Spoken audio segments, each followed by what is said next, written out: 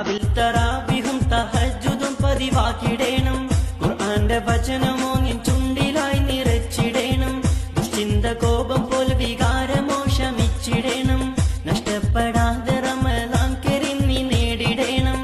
തിരുചര്യ മാതൃകയാക്ക്, മറക്കാതെ ഓർമ്മയിൽ വെക്ക്.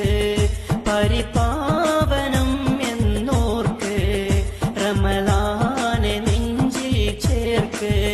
റമളാനണഞ്ഞിത മണ്ണിൽ സ്തുതി പാടിടുകയിലായിൽ.